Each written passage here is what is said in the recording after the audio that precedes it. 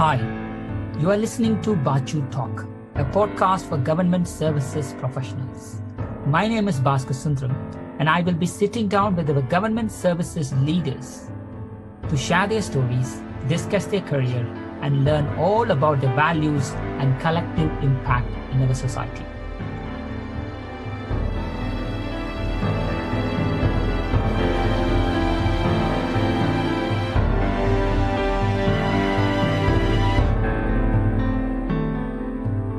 Today's guest is Claire Dow. As VCSE Representative, Claire acts as an intermediary between government and the voluntary sector to champion the Social Value Act and an improvement in commissioning practices. Claire was appointed as Voluntary Community Social Enterprise VCSE Crown Rep in February 2018. As a key player in the social enterprise movement for over 30 plus years, Claire brings a wealth of experience to the role. Claire has led the award-winning Blackburne House since its inception for 35 plus years. From December 2007 to January 2017, Claire was chair of Social Enterprise UK, SEUK. She's also a member of Alder Hey Hospital Trust, and until recently was a board member for the Charity Commission. She has chaired the Liverpool Fairness Commission on behalf of Liverpool City Council and is currently serving on the Liverpool Mayoral Development Board and is the chair of the Society Advisory Board for the British Council. On her appointment, Claire said, "It's an honor to take on this role. Millions of people will benefit from the work that charities and social enterprises do, and I cannot wait to get started to ensure this sector continues to go from strength to strength." Claire, welcome to Baachu Talk. Great to have you with us. Thank you. Claire, let's go to the very beginning, Claire. Where were you born? And let's talk about your high school and education. Okay, I was born in Liverpool. My father was Ghanaian and my mother was from Dublin in Ireland. And so was brought up here, went to school in Liverpool. I went to a very local school. It was in the days of the 11 plus, and unfortunately I did not pass the 11 plus. I was the first in the family. I was middle child, so fifth. So I didn't pass the 11 plus. So I went to, in those days, what was called a secondary modern school, and worked my way through there. So they were my beginnings, which were very much steeped in a very tight family situation, with my father especially being very aspirational for all his children. Right, that's amazing. Looks like father was a very big influence on you, Claire. Yeah, my father was the major influence on me. My father studied medicine in Ghana and come over here. Obviously, in that time, discrimination was very, very bad. Late 40s, in the 50s. But my father worked through that to make sure that he planted in all our psyches that we were, the positiveness of what we could be, who we could be, and there should never be any barriers to our, to our life, that we would get through and get to the career choices that we wanted, although he wanted us all to be doctors. Wow, that's such a privilege, blessing that you had to have such an inspiring father at home. So, yeah. Your school, Claire, where did you start to work? What was your first job?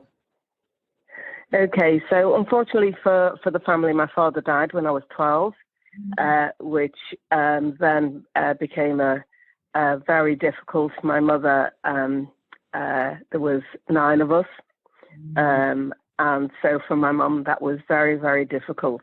My father died in 1964. And so it left my mum trying to ensure that she could do the best she could for us.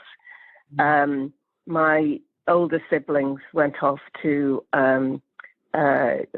university. My mum felt that my brother just above me, Frank, that he he should go to university because he would have a family to look after. And my mother was not the same. My father really believed in the equality of both the girls and the boys in the family, so he had the same aspirations for all of us. But unfortunately, my mum felt that I would get married and somebody would look after me. That wasn't to be, because I I didn't get married, excuse me, till later on in life. I think yes, that's yeah. So what I had done at school was some secretarial skills, and so I then, my mum thought that would be a great job for me, so I went off and tried to get a job because she needed the income for the family. And then things turned very dark for me because I couldn't get a job, and it was because of my skin colour. I went to an agency who, although they had jobs in the window, said they had nothing, and what they meant, they had nothing for me. I went to interviews, and one interview where the gentleman interviewing said to me, "I'd work with you, but the others in the back wouldn't." So as a black woman, I then, had to, it was like that sliding door moment when you say, well, what should I do? I can go home and just pull the duvet over my head and forget about it, or I can go out and fight against this inequality. And so I decided to fight for the inequalities. And I met with two other people, and we set up an employment agency that was funded by the Martin Luther King Foundation. And this agency said to employers, our candidates may be black, white, disabled, but what you can be assured that no matter what, we will send you the best person for the job. And it was called International Personnel, and we launched in 1972. So for me then, that was really a pivotal moment in my life, where I then started fighting for racial justice. Wow. And how old were you, Claire, when you decided to take this equality private? I was 19 when I started the agency. That's super powerful. And this was in 1970s, was it? Yes, 1971, 72. We started the agency. And that's inspirational, Claire. And once you started the agency, Martin Luther King, that's what, he's everywhere. Well, it was a foundation. Yeah, it was the foundation that funded organizations like ours around the world that were interested in racial justice. Today, Claire, we know that we can find Martin Luther King Foundation in the internet, and we can apply. In 1970s, how did you came to know about the foundation, and how was the application? And it's fascinating for me. How... Yeah, well, as I say, there was three of us. My good friend Alder Hey and another lady called CBE. We worked together, but we matched the money with money from the John Moores Foundation. And John Moores were a very big, very powerful organization. They had the Little Woods Empire at the time. And John Moores really believed in equality. And he, for most of his life, he had the foundation that he put money into organizations that were dealing in this field. He was passionate about it. And so he put money in and matched what we got from the Martin Luther King Foundation. There was one other agency that was opened, and that was in Balham in London. So there became two employment agencies that worked in this way.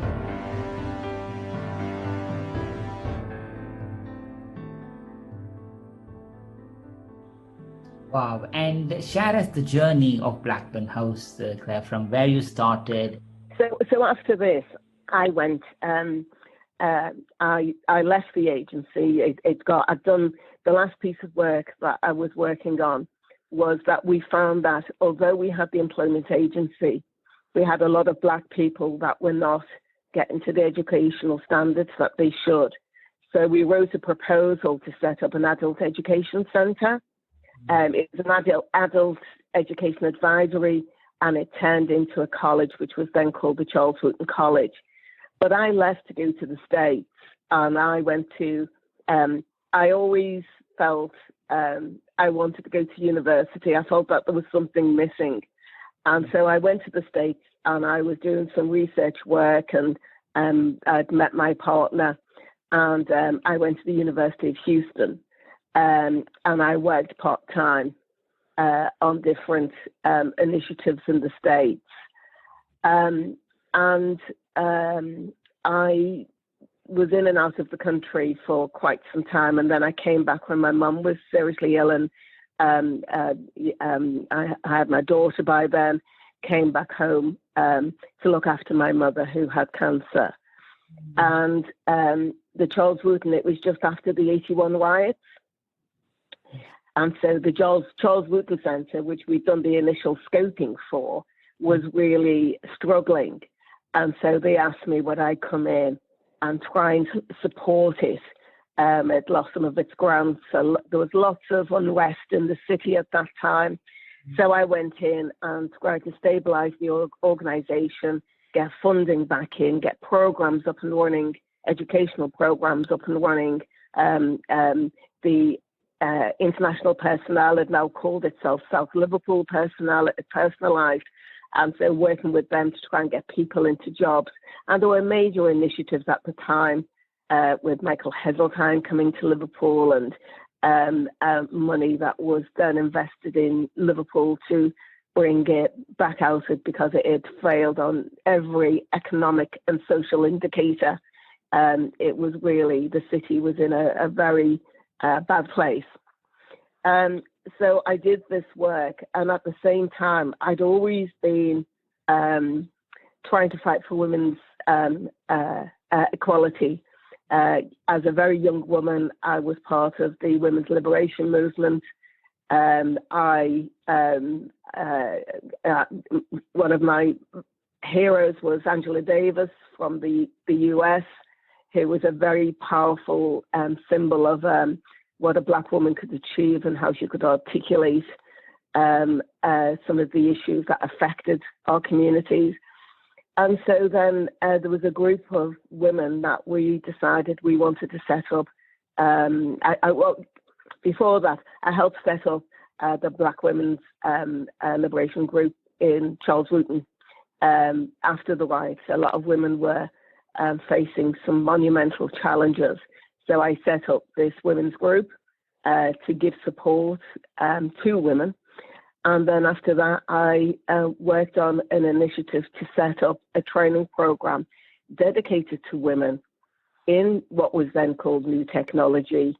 And we'd got money from the European Union because they had money for women in non-traditional industries. We thought technology would be a good way, a good industry. We didn't know then what we know now, because it was groundbreaking what we were trying to do. And so I helped set up this organization called Women's Technology Scheme, and we had 30 students and 7 staff, and then history began, and we opened our doors to students in 1984 with our first cohort. I left Charles Wooten then because it was in good hands. I'd stabilised. We had a new director in looking after it. But my heart really lay in trying to drive forward this women's initiative. And then, so that was it. But quite quickly, we were having more women applying to come on our program than there were places. And so we increased it. And when I got to the point where, I had 200 women for 30 places, we had to do something. And also that when women got when they got that first certificate, sometimes for the first time in the traditional education sector had failed them. For the first time, they were getting an educational qualification. They wanted more. And so we then put on high level courses, and many of our women went on to university. But then we outgrew the premises we were in. And that's when the Blackburne House story, the next sort of epoch in our journey, started, when we wanted a new building.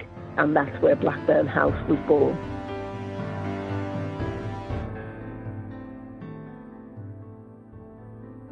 Now, while you were doing this, you were still in your late 20s, right? 20s.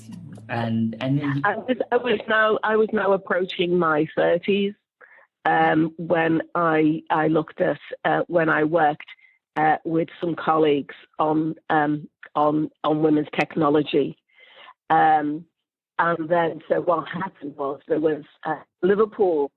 If you've not been to Liverpool, Liverpool was UK's second city at one point.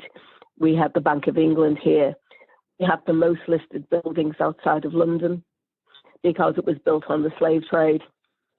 And so you have the amazing buildings all over, listed buildings, grade 1s, grade 2s. And there was a school called Blackburne House, and it had been a girls' school. And this school was started by an entrepreneur called Holt. And Holt, George Holt, believed in the rights of women to education. He had daughters, especially his youngest daughter. And so the building originally was the Lord Mayor's building, Blackburn, and he was a slaver. And then Holt took it over, and George Holt turned it into the first girls' school in the country in 1844. And if you go into Blackburn House, if you go on a tour, you go in and you see these amazing listings on the walls of the girls that had gone there and what happened to them. So you haven't got one from 1844, but the earliest one name there is 1895. And if you can imagine at the time, is that some of these women were able to go to the best universities in the country, Oxford, Cambridge. But at that time, as a woman, you were not allowed to obtain a degree. You could just follow the course of study. And then you see the breakthrough. So you've got some eminent women on those boards that have gone and now have done amazing things around the world. And then so we refurbished it, and that was again where my headache began to sort of say I had to raise. In the first instance, it was 1.7 million, but it went up to 4 million because it was an old building that needed a sensitive restoration because of the beauty of the building, and but had been left empty. The school closed down in '86, and it was like one day the bell went and everyone down tools and went. And you had this amazing building that was just left in dereliction for many years. And you saw that with the riots. You saw how things, the city had declined on every indicator that it possibly could. And that's why there was such unhealthy relations with communities on Merseyside. So I took on the challenge to raise this money. I applied to the City Council that if I could have the building. And I had a good friend, George Osborne, and he said, Claire, put 2 A4 sides together and I'll put it before a committee. If only things were that simple. I did that, but then I found out that there were many other organisations interested in Blackburne House. It is a stunning building on Hope Street in Liverpool between the two cathedrals. And I was able to... I got on again to my old friend, John Moores Jr., and I said, John, I'm going after this building, and if I get it, would you fund some of it for me? And he said, Claire, yes, what building is it? And I said, it's Blackburne House. And he said, oh, I've got an issue. He said, the local polytechnic, through incorporation, was getting university status, was going to be called John Moores University after his father, and they had put in also to get Blackburne House. So they were one of my main competitors. So I said to John, well, either way, John, if I get the building, will you fund me? And if I don't get the building, if I get somewhere else, will you fund me? And he said, yes, of course, up on prime. And in the end, we did get the building because our vision for it, the city felt was more inspirational than the Polytech or then to be John Moores Jr. And so the paper I wrote still stands true today. We wanted a building that would be safe and secure for women, that would be a beautiful building, because so many women live on run-down housing estates, etc. I wanted them to have everything that was first class, that we did the very, very best we could for them. We then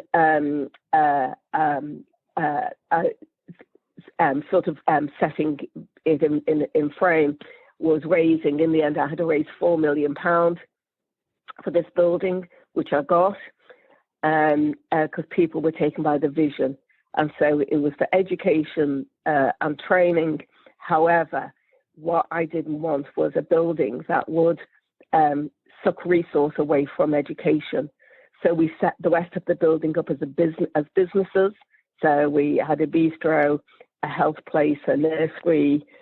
We had conference and events. We had a library. We had a lot of businesses that would support the women.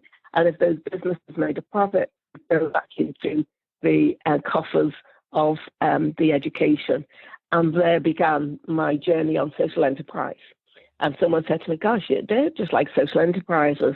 And that's when I started to work locally and nationally on the social enterprise agenda. And it was businesses that trade for purpose and planet, and that they are able to support communities or needs of communities. So that was the journey. And we opened up in 94. And we then swelled our numbers up to 1,000 places, educational places for women, had a 30-place nursery. We soon after, a couple of years later, we opened the School for Social Entrepreneurs.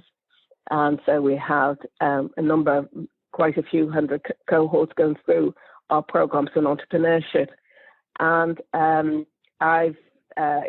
it's been one of the most successful women's organisations in the country, but we've worked internationally. We worked with the European Commission.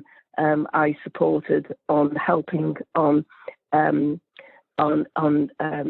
legislation and support for women's training across Europe, and being around the world in a sense. I've had a glorious career, which came to an end this summer. I retired on July the 31st. And my swan song is that I got the organisation another small building, where they will be opening a digital and entrepreneurship centre, which has unfortunately had to go on hold because of COVID, but hopefully later this year that will open up. So that was a quick journey, but the most important thing is the women that we served in there, is that thousands of women have been empowered through the organisation. And, one of my first memories was one of my women. She was my cleaner. She was cleaning my office. And I asked her to come on a course, and she didn't want to because it wasn't for her. And in the end, she did. And she really enjoyed it. And then she went on to a high-level course, then a level course, went to university, and she's now a deputy head in a school. And I've got another woman who came from Rwanda, and her family had been killed in the genocide. And she didn't speak English. She had French, which a lot of people in Rwanda do have. And it was her sons who said, "Mummy, you've got to go back and get English. You've got to." And she did. She came back, and now she's a senior lecturer in John Moores University as it holds out. But it's been amazing career being there, and but my over the years with my board had to be at policy tables, and I had to affect change in different ways. And so that's where you see the thread of me going into the social enterprise movement, becoming the chair of Social Enterprise UK, and then working government at that time.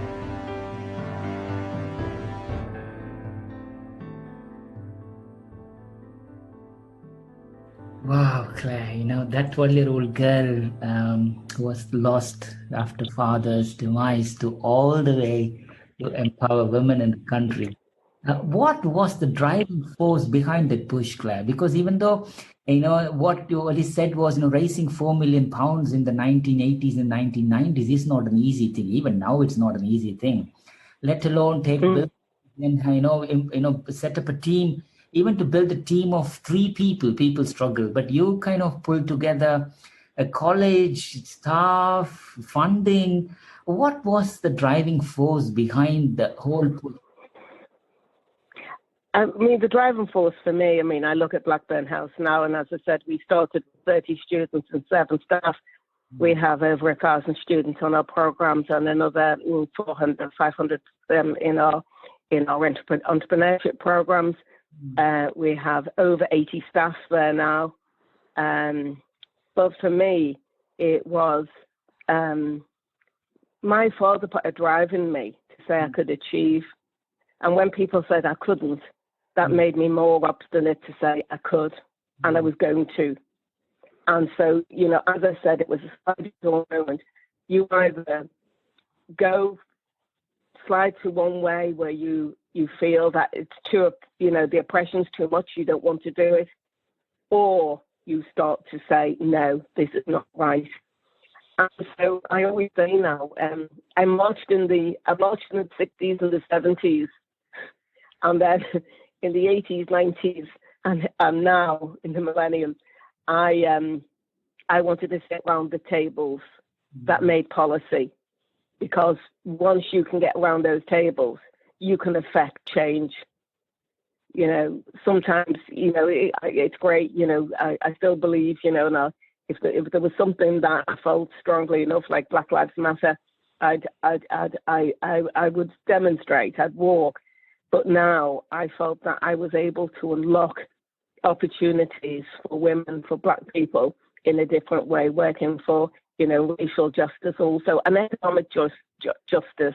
So you'll see on my CV, I don't know if it's in there, that, I've been on quite a few commissions, economic commissions, etc., looking at how we support those further from the, from power, those people that are disempowered, and at the moment, there's so many things that we have to do for families and poverty, there's food poverty and all of those. So, unfortunately, I came to the end of my career at Blackburne House. My career isn't over because I just work for government now, doing that work. But as the job, I think if those things put you out of the job, you've won. But they didn't. They've changed, and they've changed for the better in many cases. And I think for Blackburn House, we've won lots of different awards and freedom of the city, all those things, acknowledging the impact that organisation has had in the Liverpool City region. And it's well respected, but there's still lots to do, unfortunately. And I now have taken my career in a different direction to empower organisations in another way, and that's through government contracts and what we're able to do there to support organisations. Yes, I think that's a beautiful journey there. Clive, was there any point in your career with Blackburn House where you thought, what, I can't do this anymore. I know I'm giving up, but something pushed you. Was there any incident that comes to your mind? Yeah. I think for me is that, you do go as a leader, you do go through peaks and troughs, and sometimes it's hard, and contracts change and how people contract with you and funding. And especially when you do get big, because you have a major salary that you want to, the livelihoods of many are on your shoulders. But the thing that inspired me was every year we do a graduation. And at that graduation, I see women from all walks of life come, and for the first time, the joy on their face to receive that certificate. The families are in the audience who, again, are just so proud of the family. And for me, greeting that woman as she comes across that stage and telling her well done and giving her a hug, because I know some of the barriers those face just to get that certificate. You know, they've had, you know, all women don't just come, you know, on a September morning, Monday morning, go ready. They bring with them the issues of, you know, the children, the families. Some get cancer on the way. We've lost women on the way. And, you know, women are carers, you know, so many obstacles. And for them, it's magical. And one of my oldest students, Molly Sale, her son is Alexi Sale, the comedian. And I got her on, Molly was in the 70s, 80s, and she used to just come in to do some gentle Tai Chi in the health place. She'd go and have lunch with her friends, and then she'd go to the library, and her transport bus, you know, would pick her up. And she said, for me, Blackburne House, from the nursery children, the babies, right through, there was something for women in there. And she said, you know, I didn't want to sit in a high back chair with my memories. I wanted to be part of something. And sadly, Molly's no longer with us. But for her, that was that lifeline. So I told my staff, even though I've retired, I might be in at some point, like Molly, and they better make sure it's still there for me to go to. That's brilliant, Claire. That's brilliant. And from Blackburn House, Claire, you took a lot of positions, like non-exec position, voluntary positions, and advisory positions. Let's maybe spend a couple of minutes each.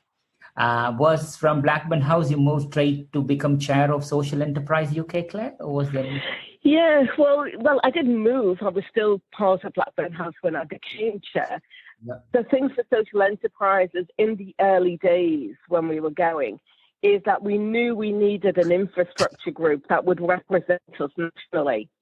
Right. And so there was quite a few of us who worked. And I sat on a body with, at that time, the Department of Trade and Industry, with Patricia Hewitt, who was the Minister, Secretary of State for Trade and Industry at the time. I mean, she'd visited Blackburn House and she'd seen the power of our social enterprises, that they were, you know, giving money, the money that they made supported education. And so we sat down with her, a number of us, about 15 of us, and we did the first ever social enterprise strategy for the country. And so there was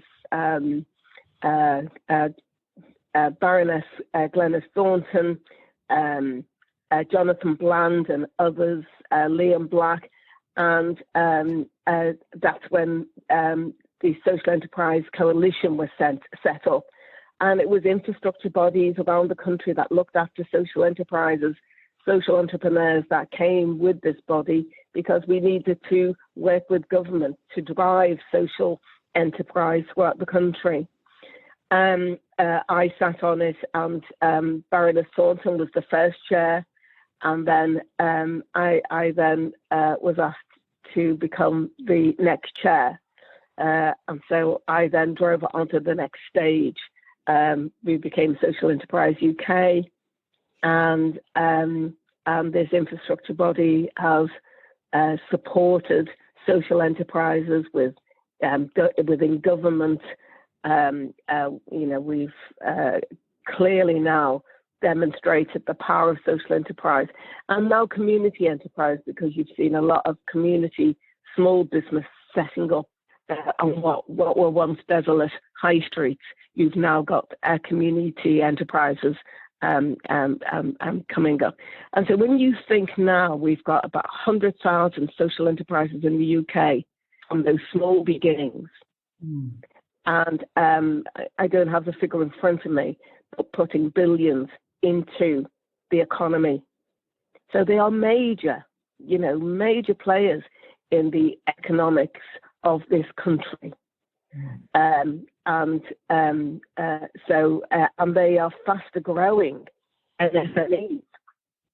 And you have some very, very large social enterprises. So, for example, you've got Hackney Community Transport, HCT.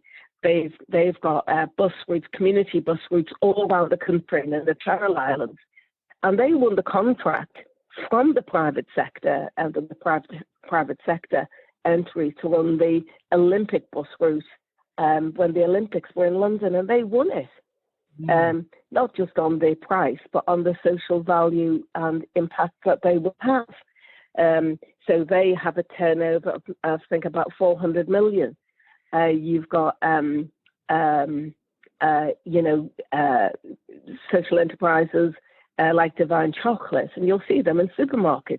That's a social enterprise that's been working internationally with cocoa growers in Ghana. And again, they have, empowered with the profits from that. Those Ghanaian farmers are able to buy more equipment, be self-sufficient, and they've built schools and hospitals with the money that they've received in their profits from selling the chocolate. And again, in this country. So you've got local, national, and what we also started when I was with Social Enterprise UK, I'm still with them, I'm their patron now, one of their patrons, is that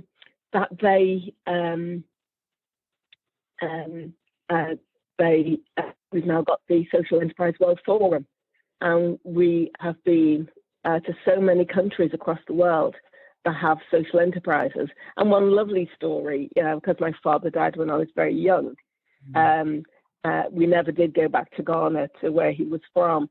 But I went to Ghana with the Social Enterprise World Forum and to do some work for the government there. And I was the first one in my family to go back and was able to meet some of my family members. So it was lovely to be able to go to Ghana. Very poignant and reflective in my life as an adult that I did actually go to where my father was from and meet family there. So that was poignant.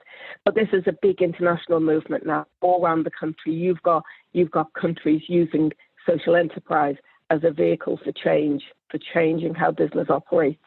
So much so is that, some countries, although we led the way in this country, some countries now have taken it so far down the road, is that they've gone ahead of us on this social movement. Wow. And how long were you there at the Social Enterprise UK position there, Claire? I was just over 10 years. I was the chair. And as I say, now I've got the glorious title of being one of their patrons.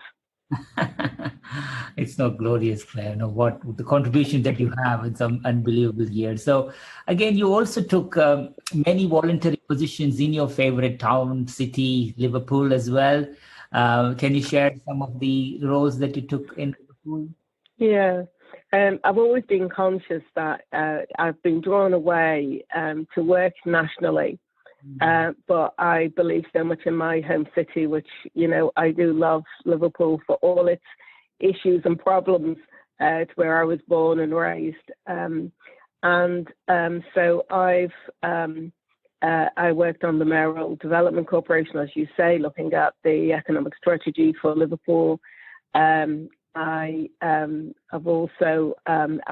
chair of St. George's Hall, which is a great listed building in Liverpool. And that's something just very different, working to revive the fortunes of this beautiful building that was, it was built by the people of the city who put their coffers into it to have this amazing building put in place. So as you come out of Lime Street Station, it's like you're in Greece when you see this amazing building with its columns and very regal, and lots of things happen. So when with St. George's Hall, what we say in the city, it's the heart of the city. because when something happens, for example, Hillsborough, people go there to, because of the plateau, to be together, and then to celebrate even Liverpool winning the cup this year. That's the place where people will go. The Black Lives Matter, that was there on there. So to be the chair of that is amazing. And we're just gearing up at the moment. We've been working with the Mandela organisation, Mandela 8 organisation in Liverpool here. And we had the Nelson Mandela's daughter here with us last year, and his granddaughter. We've got some of his drawings, his prints that he did when he was in prison. And we'll be naming something after Nelson Mandela, and also later this year we will be launching our bid, because in the Great Hall there, and the history of St George's Hall is amazing, because Charles Dickens spoke. He did a lot of his. He used to go around the country reading his books, and Liverpool was a famous place. And what is fantastic about about Blackburne House, we've got the transcript of Charles Dickens at one of his talks in St George's Hall, talking about the right of girls to education, as he was a social reformist, and he talked about Blackburn House. And so we've got that, and so there was that link for me, which I loved. And now we've got the Great Hall there, which has got some fabulous statues of the great and the good men of the city of Liverpool. But we now have Kitty Wilkinson, who was an amazing woman who started wash houses because of cholera in the city. So she's in there, and we will be launching a statue of a black woman later this year, but I can't tell you who that is because we've got to officially launch it. Definitely, Claire, definitely.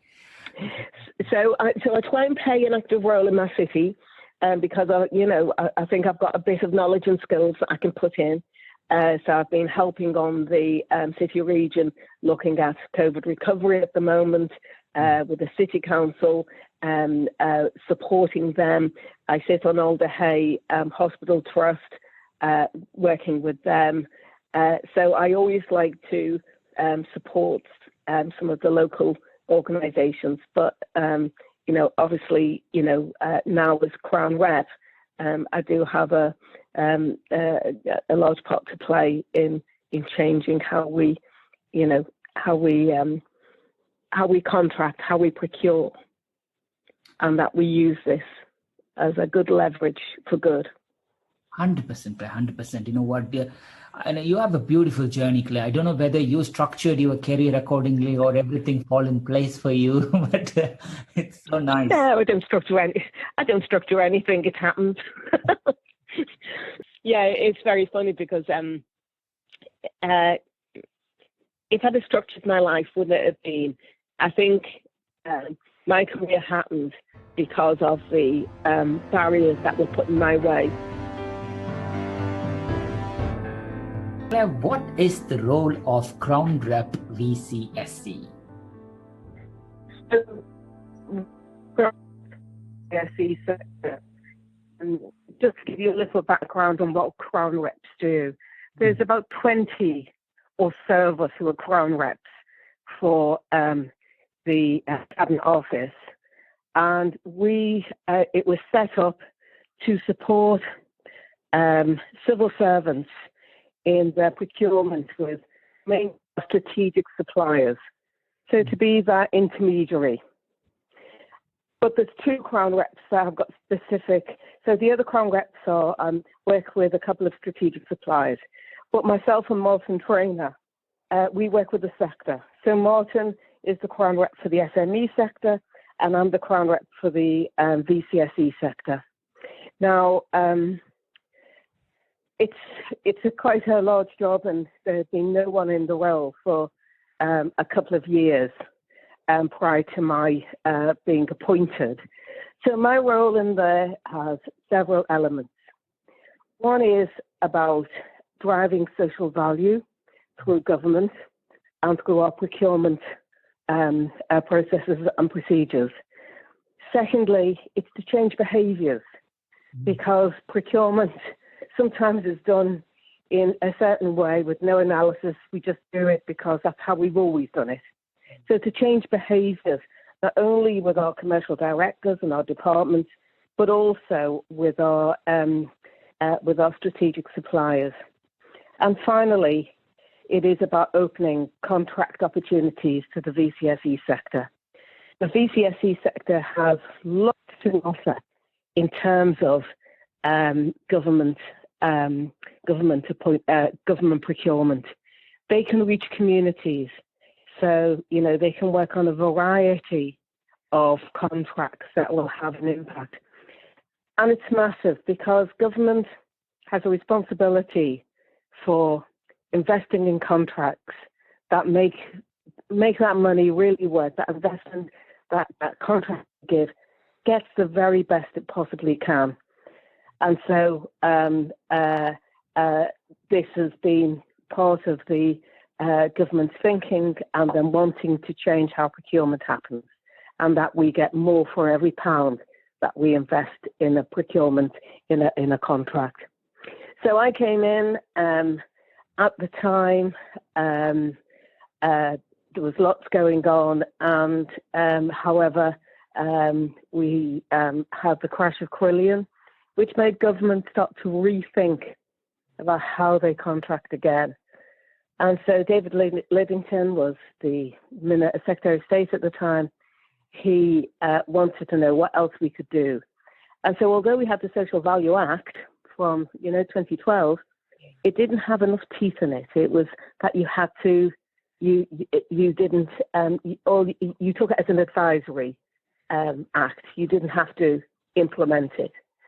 But then with the team and myself, what we put to him is that people should report on it. And that was the step change. And now social value is one of the biggest initiatives in government to change our procurement. And we now have a framework, a social value framework.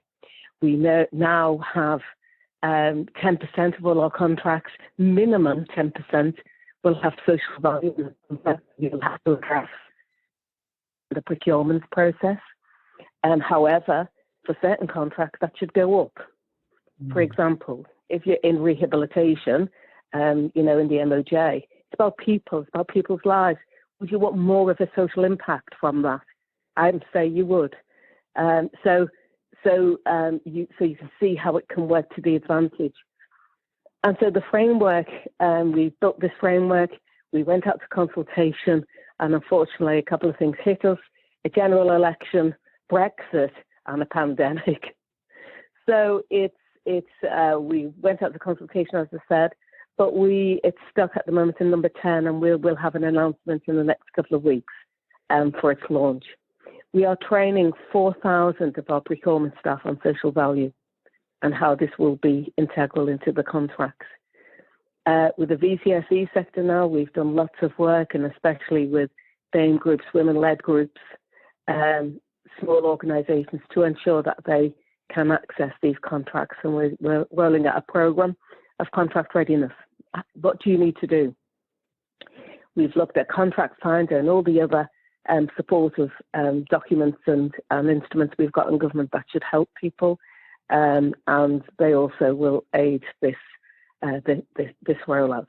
We now have agreed also that £1 in £3, just like our SMEs, will be spent. Is the aspiring target for us to for contracts to go to the VCSEs. And with our strategic suppliers, so these are your multinationals, companies, they now have to report in their annual review how many VCSEs they've contracted with, are BAME-led, how many of them are women-led, the gender pay gap, the ethnicity pay gap, prompt payment, because we know that cash flow is the thing that kills most organisations while they're waiting to be paid. We have a very strict code of conduct on prompt payment in government now. And what we're pleased about is that this has been taken up by the local authorities and combined authorities across the the UK. So in fact, for example, in Manchester, Andy Burnham, the Metro Mayor there, he's got social value at 20%, but that is to tackle homelessness. So you can see how it can be used. I have a VCSE expert panel that work alongside me. So Peter Holbrook, SEUK, Carl Wilding from NCVO. We have a number of people working and supporting me in this work. And I'm pleased, touchwood, to say that it's going well. It's from the two departments that are driving this, which is OCS and Cabinet Office. Those two departments are driving this through. And so we will obviously be capturing what happens, and we'll be able to report on the success. But the announcement by number 10 will be hopefully quite soon, and that will be the starting block to start. So we already have some dynamic purchasing frameworks that we've put together. So we've got contracts for VCSEs to access in MOJ, Ministry of Justice, in DWP, and also in our digital over in DCMS and digital inclusiveness. So you can see it's starting to get traction. So I'm pleased at where we're up to.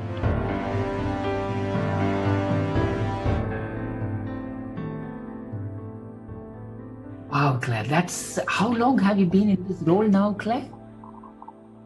2 years. Wow, that's a lot that's been happening in these 2 years, Claire. I mean, kudos to you and the team. And that's a great news that we will be adding VCSE, £1 out of every £3 goes to VCSE, and the Social Value Act implementation on central government is going to go live in the next couple of weeks or so.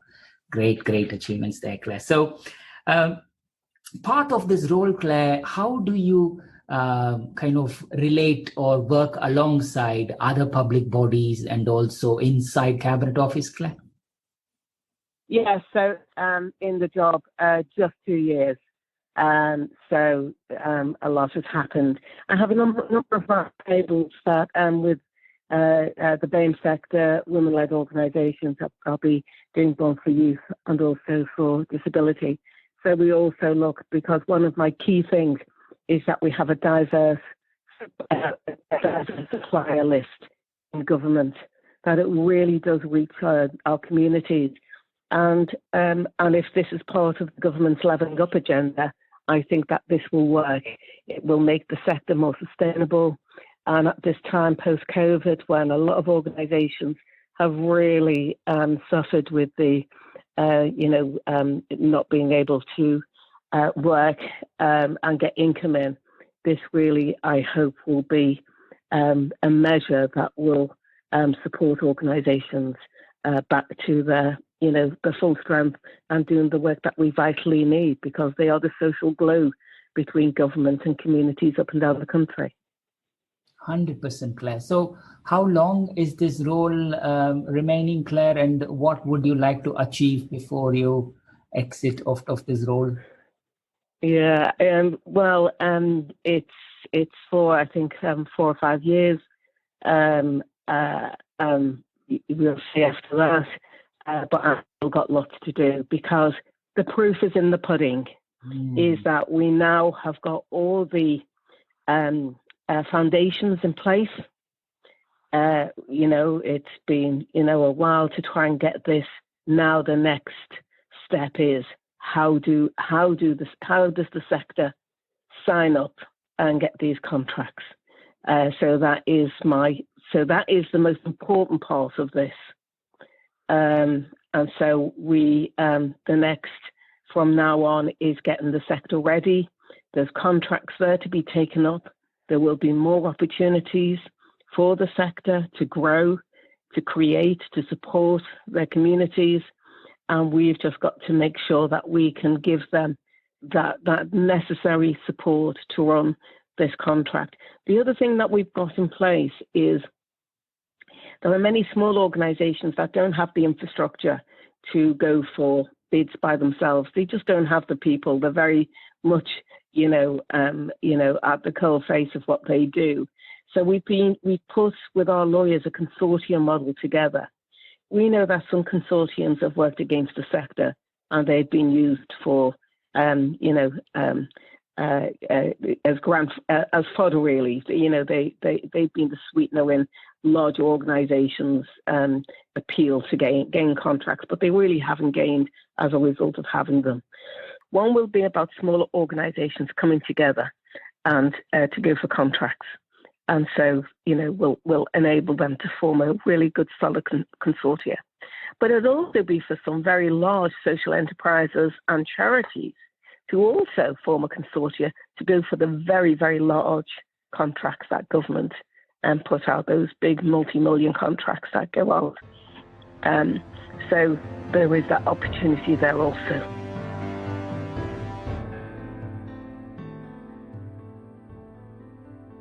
As you rightly said, COVID has put the spanner in the works, but at the same time, COVID has also, showed us some positive things that society has pulled together themselves to sustain.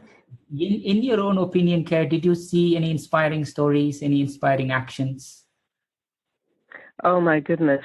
I think the VCSE sector has absolutely pulled together on this. For all those thousands of people who signed up at a call from government to go and help shop and look after people who were shielded was phenomenal. The call was put out, I think, at one of the briefings that evening. I think they asked for over 200,000 volunteers, and they went way over. And so that is the spirit that there is in this country, that people want to help their neighbour, they want to help in their communities. And the inspiring of our NHS, I mean, you couldn't fail to be moved by, the staff who were working in the most horrendous conditions, the most horrendous things happen. And we will never know, really, what it was like to go into those COVID wards and people. I mean, the PM will know, because he was obviously one of those people that was in intensive care. And I think it's been transformational what they did in the NHS.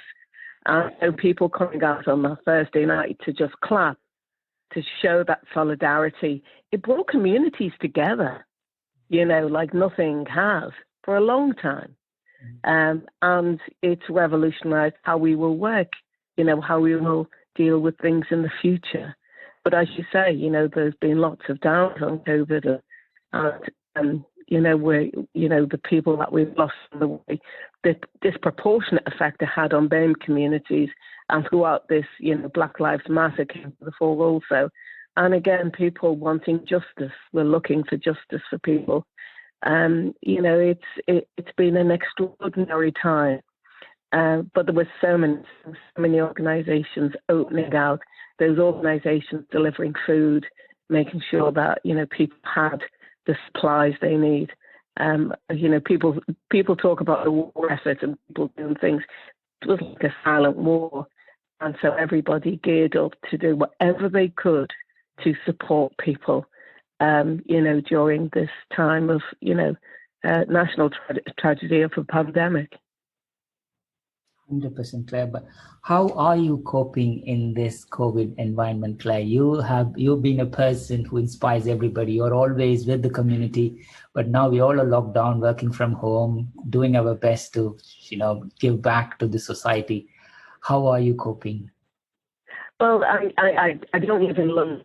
I live in Liverpool. I used to travel every week to London to do my work in government. So I've seen much more of my house over this period, which has been nice.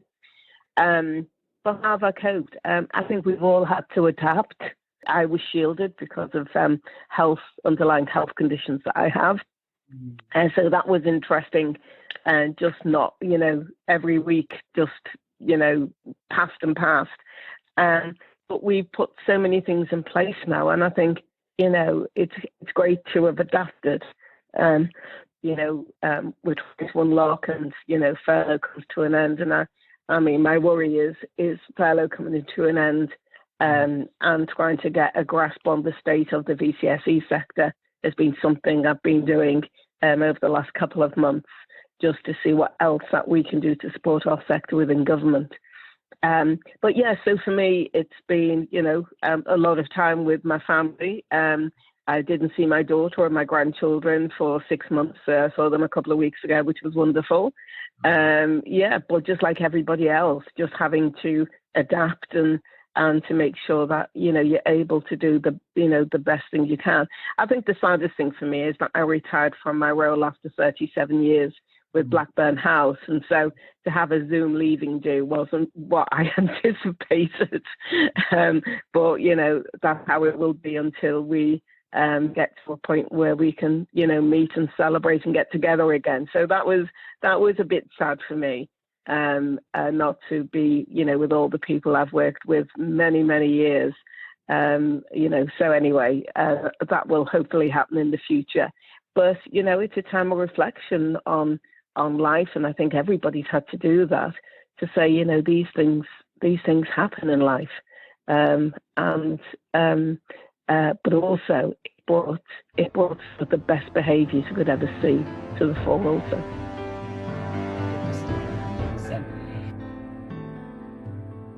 Claire, we know you as a leading light in women empowerment, in VCSE sector, in BAME, and many more, Claire. What are the 3 things not many people know about you? Oh, gosh.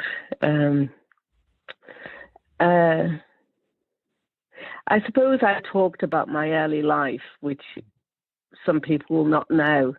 Sometimes people think because you're advanced in your career, it's been, that sort of, it happened.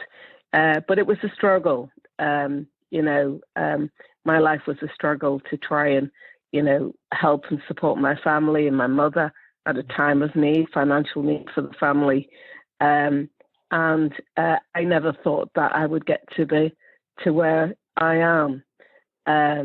I suppose maybe the trivial things in my life is I love to flower arrange, which is my big passion. I always said when I retire, get a flower shop and do flowers. I don't think it's going to happen now that I'm here at this point, but it was always something that I thought, I would like to do. So what other things? I can't think of anything.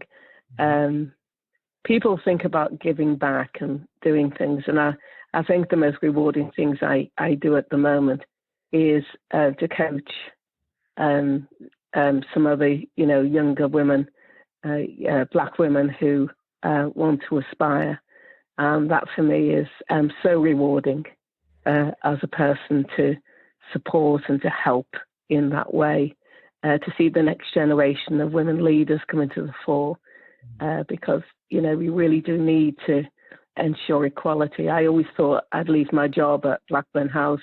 At the end of it, we would have made demonstrable difference. Now we have, but there's still so much to do in wider society to stop some of the inequalities that actually happen.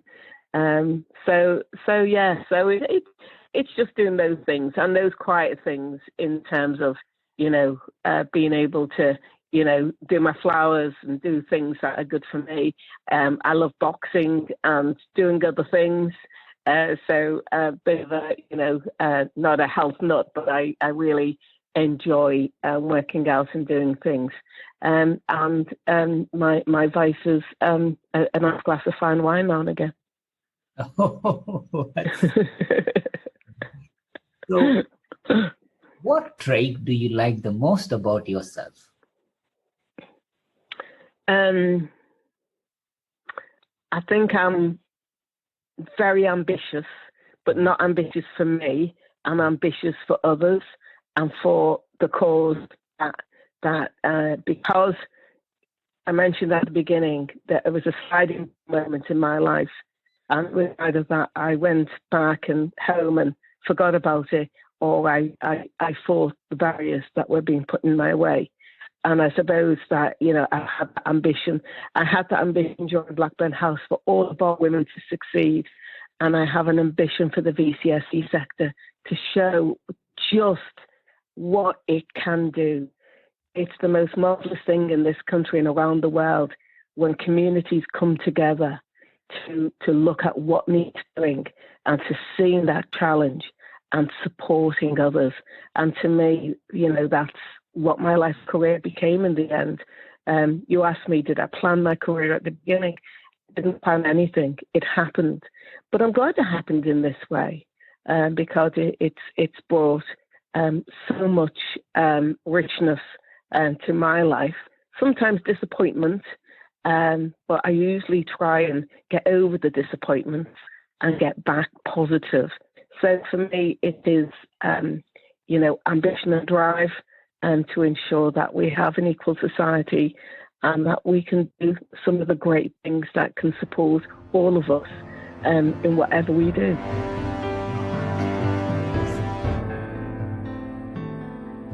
Claire, so let's enter the rapid fire question round. Okay.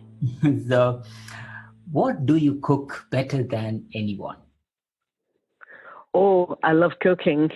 And so what do I cook the best? My boys love my lasagna the best. Nice. And then one of my other boys likes these meat pies that I make for him. Got you. So if we could ask... I'm also good on Italian. Love Italian food. That, Claire. I don't know when I'm in Liverpool, but next time I'm there, I'm coming to your place. Claire, if I ask your children for a reference about mom, what do you think they will tell about you? Oh, I think they'd say that I'm strict. But I'm fair, and I think that they are proud in their own way. But especially my daughter, who puts the most lovely things up about me on her Instagram, and it's lovely for my grandchildren. Who one of my grandchildren, she said, I went on Google, Grandma, and I found you on it. So I think they are proud in what I've been able to achieve. Beautiful. So you mentioned you are great in cooking Italian, but if you could eat only 3 foods for the rest of your life, what would they be? A good Italian dish, right? Fish, which I absolutely love, and lots of vegetables. It's a nice balanced diet there, Claire. It's amazing. Nice. Yeah. I won't mention the cake or the wine. It's there for granted, definitely. So, what was the best year of your life and why? Oh gosh. Oh, the best year of my life. There's been so many great years. Let me think. And I should have quickly come out and said my wedding day, shouldn't I? It was beautiful. It was a beautiful day, and it does stand out in my mind. I think one of the best days was, I failed the 11 plus.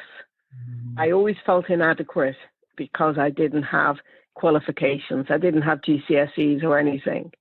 And I went back to university as a mature student for 5 years, and I got my degree.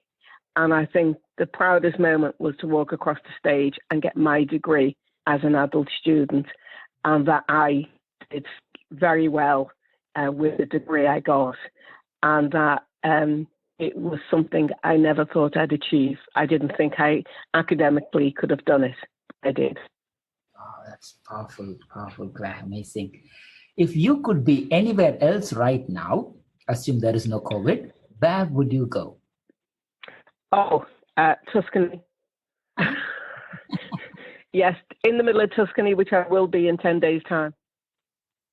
Really? Yes. I'm going to Tuscany with my husband. Yeah. Aww. We wish you a happy My most favourite place. We went there for our honeymoon, and we've gone there every year since. Oh, wow. So That's so it's like going home. It's like going home. It's lovely.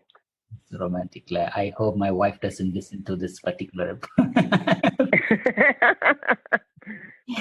That's nice. So, when you're having a bad day, what do you do to make yourself feel better?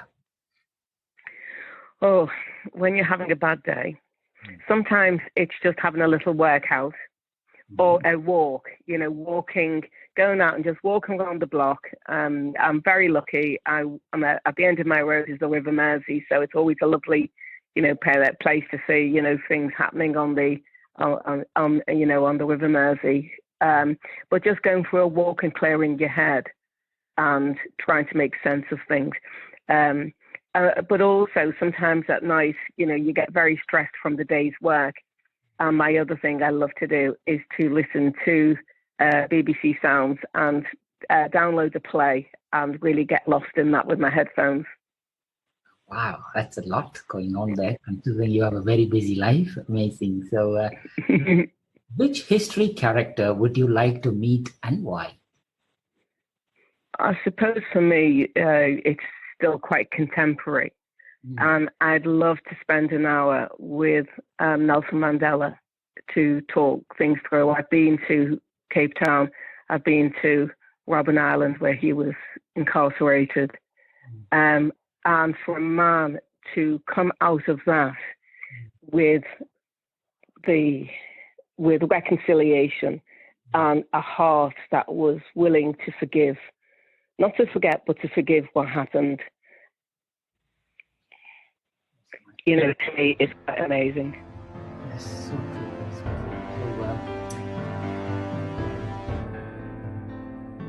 what's on your bucket list? What's on my bucket list? Well, my husband and I, when I retire this year, we're going to go and see some new places. My husband's always wanted to go to India. I've been once myself. We wanted to do that. So there's a few things I'd like to go, some places to travel and to see and to enjoy. And what else is on my bucket list? I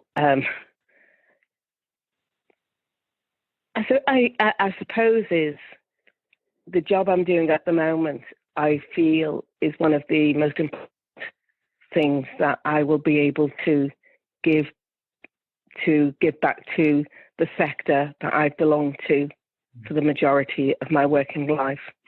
And so if I can really make things happen and bring some sustainability to organisations up and down the country that are doing this incredible work that has a massive ripple effect on the communities, that for me is something I really want to achieve.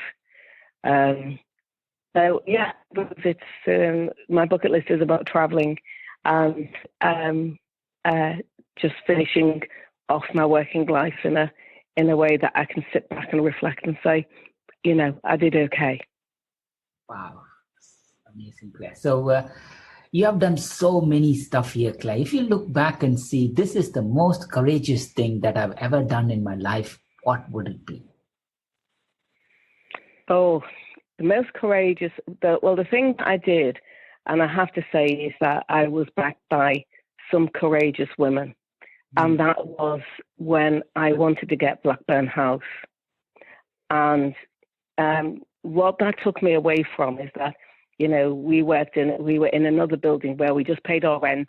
And it was a bit like being at home. When you're at home, when you're young and you get your first job and you give your mum or your father your housekeeping and then the rest of the money is yours. You don't have to think about the lights, the bills or anything, So moving into Blackburne House was going to bring with it great responsibility. And I think, and going into that, I had, we got contracts, but, we had to spend every penny we got on our students. And I'd earned £500 in speaking engagements that I had in a building society account for women's tech. And that's all I started with. And so, and then I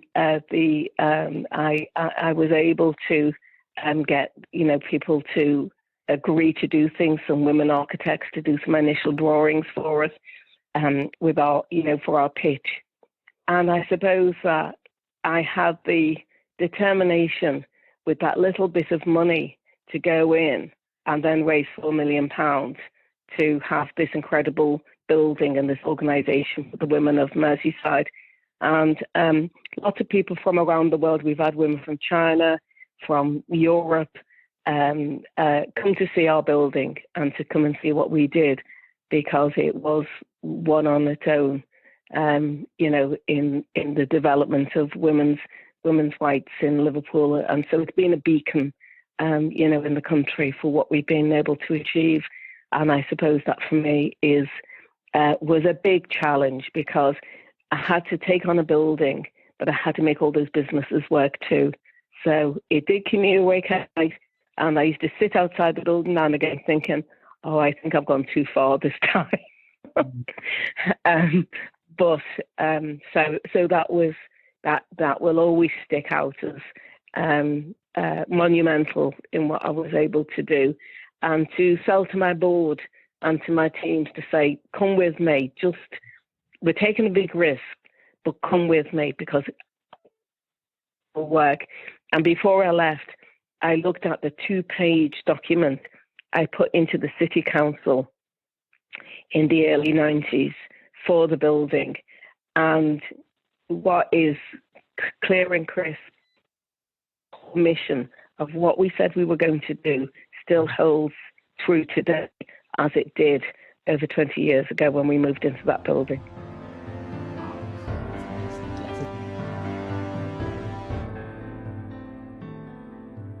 Looking back, Claire, there are, you have been an inspiration to so many people, including me, but who are the people who have been the most influential in your life and career? Okay, so the first person that was influential, I've talked about my father, and he was, to give me what he did as and dying when I was just 12 years old. I thought it was tough what we had to do as children, but I understand now that was for a reason. But the second person was Angela Davis in the United States. Discrimination was rife and things were happening, and it was very difficult. And it was because my father wasn't there. I couldn't talk through some of the racial issues with him. My mum tried to understand, but she couldn't quite, get what was happening.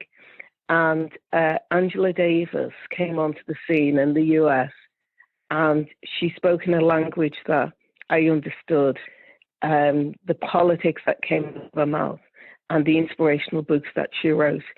And when she was arrested and again put in jail, she was at one point one of the most wanted Black women in the States. And now she's this, iconic woman, in the States. So she has been inspirational to me. I think the other person that's been inspirational is Barack Obama. The charisma and the to see a Black man, because I lived in the States for a number of years, and I knew the segregation and the deprivation. And it's not that it solves all the ills in the States. Things are very, very bad. But the fact that they had a Black US president was absolutely amazing. And then on the other side is the great poet and woman Maya Angelou.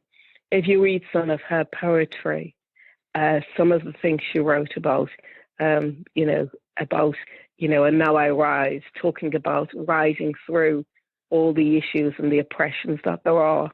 It's absolutely magical. And the last person is, and her name's gone out of my head.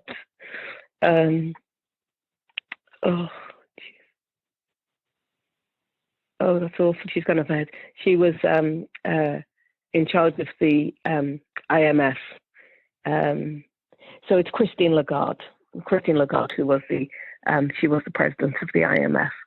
And if you read some of her books on rights and women's rights, absolutely amazing woman.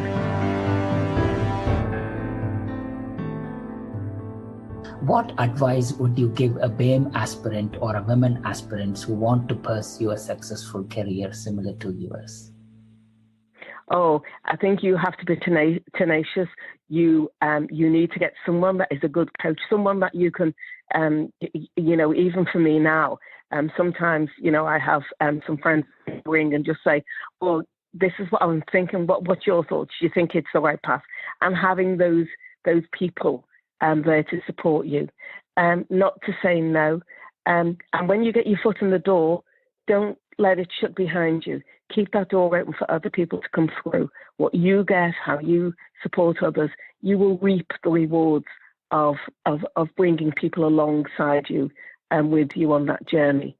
But you do have to be tenacious and know what you need to know. What I did when I was very young and when I first had to get some, trying to get jobs and trying to do things, and some of the work I did in the States, I always learned other people's jobs. I always looked around to see.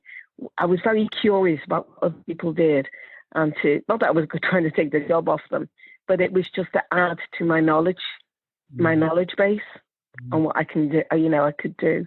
So it is. I mean, people talk about networking, and it's great. I'm not a great networker, but I do have a lot of people that I do network with. Doesn't make quite sense, but I'm not looking over my shoulder for the next, looking over people's shoulder for the next person I should speak to, and just having that tight group of people around you, that support and keep you grounded. Perfect, Claire. Claire, 40 plus years of social conscious career that you had. If you're writing a book about yourself, Claire, what title would you give the book? Oh gosh, I don't know. Maybe The Adventures of Claire Does.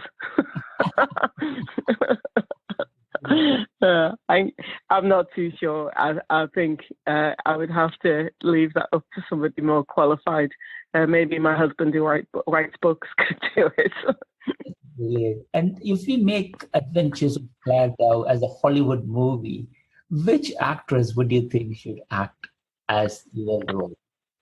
Oh my goodness, that's a big one. Oh, I don't know. I think in her day, Oprah Winfrey, I think the roles that she took on, she wasn't that, what they see as a Hollywood beauty, but she's a very beautiful woman in and out. And the roles she did in The Colour Purple and other roles, she was really feisty. And I would like somebody who's got some fire in their belly. Because for me, what has always driven me is, having that fire in my belly and wanting to challenge inequalities and wanting to, make life better for the many. That's brilliant, Claire. With that note, Claire, we end this conversation. So thank you so much, Claire, for your time today. It's been an absolute privilege and honor to have you with me at Baachu Talk. Wish you all the good health and happiness.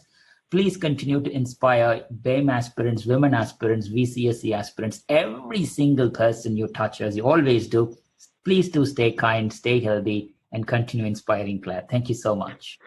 And thank you for inviting me to the interview. I've really enjoyed it. To our listeners, thank you for tuning in.